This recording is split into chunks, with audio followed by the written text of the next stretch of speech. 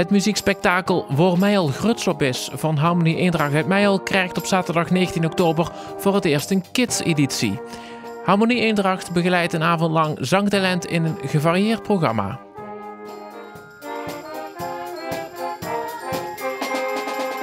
Je hoort allemaal kinderen vooral leuke liedjes spelen waar we ons best op hebben gedaan. In plaats van ouderen spelen nu kinderen. De Harmonie bestaat dit jaar 100 jaar, dus wij wouden iets speciaals doen voor de kinderen. Dus we dachten hoe leuk zou het zijn als we WM Gooi alleen dan WM Gooi Kids Edition doen. We hebben zangeressen, we hebben een presentator, we hebben een dansgroep die mee komt dansen en natuurlijk bekende muziek die iedereen kent. Vooral dat laatste is heel belangrijk, denk ik, hè? Ja, dat is heel erg belangrijk, dat iedereen iets herkent in de muziek. We doen bekende nummers, alleen dan voor de jeugdigen. Ook met licht en geluid, alleen ja, iets minder professioneel. Eigenlijk ook met zangers en zangeressen, met dansers. Alleen allemaal met de jeugd in plaats van met de ouderen.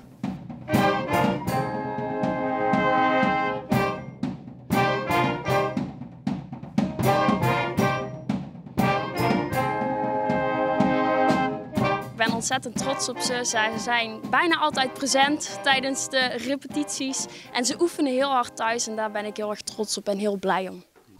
Ik vind het leuk dat je elke vrijdag als je hier komt wel plezier hebt. Je hebt altijd een babbeltje, je bent altijd met iemand bezig.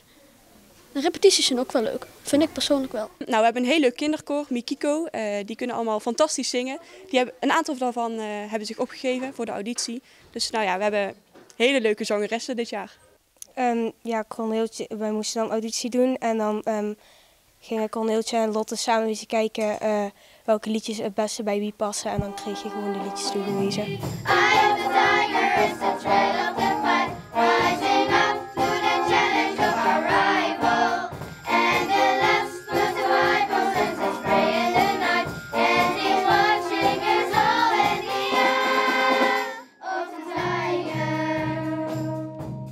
Meestal zing ik nog wel een stukjes voor, maar vaak dan leren je ze het of zelf mee of kunnen ze het al spelen voordat we eigenlijk gaan beginnen. En waar ben jij heel trots op? Op van alles. Ook van alles. Ja, over dat ik hier de kans krijg om hier aan mee te doen en dat ik ook door ben gegaan. Waar ben ik het meest trots op? Eigenlijk gewoon op deze groep. Op de kinderen. Dat ze iedere vrijdag weer er zijn en dat ze er voor elkaar zijn, met elkaar zijn en samen muziek maken.